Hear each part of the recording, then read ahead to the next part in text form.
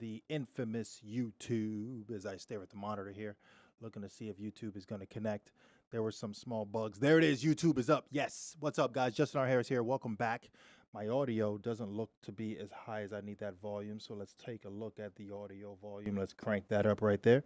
And then let's look at mic in. Let's crank that up right there. How's that right there? That looks a lot louder. Oh, man, it might be screaming loud. It's so loud. What's up, guys? Justin R. Harris here. Welcome back. Business scenarios based off of the Daily Drucker, Peter F. Drucker, 366 days of business, innovative thinking, just concepts. You guys know what this is. Like, subscribe, follow, LinkedIn, do the follow, impressions, that whole gravy train stuff, that good stuff. And let's get right into this topic, to do good.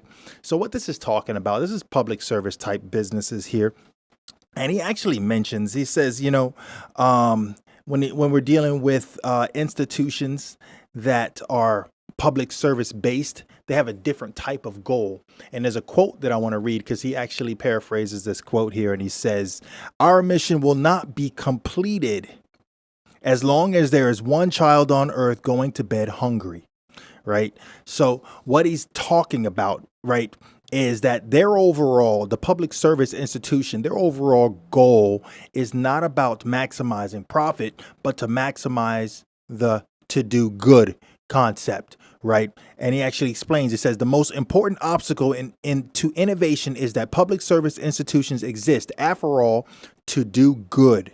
Right. This means that they tend to see their mission as a moral absolute rather than an economic.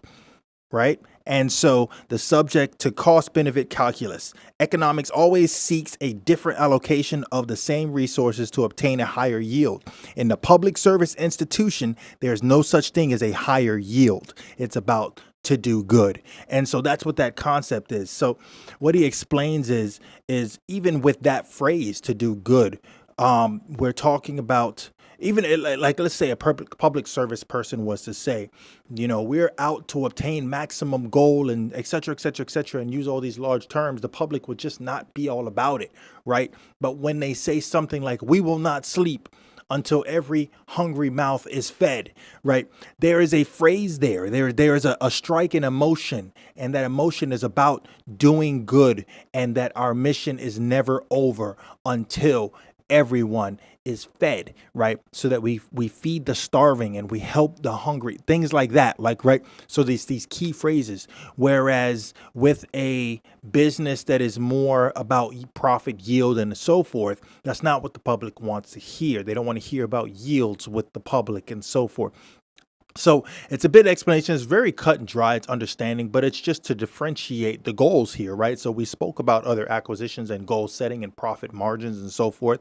And this is a different type of profit, if you will. It's more of a moral profit, right? That makes more sense. So it's a moral profit in achieving the greater good. And this is a public service type institution. So knowing that and getting to that is more of a gratitude based type of industry. It's not high paying. It's not one of those things at all, which is why you have a lot of philanthropists. They like to get involved with something like this. They're paid on the back end based on taxes and write-offs, right? But the true gratitude of doing good is the part that they love, right? That's the natural high that they're getting from with that, because money is not the obstacle when it comes to that. And yes, there are people out there like that, right? It makes sense, right? You can't spend it all, and there isn't enough to give away generationally, right? Because they've already structured that within their family. So now it's time to give back, right? And that's the way it's done. Help yourself first, give back afterwards. And that's the way society should work. Thank you guys for checking in. See you next time.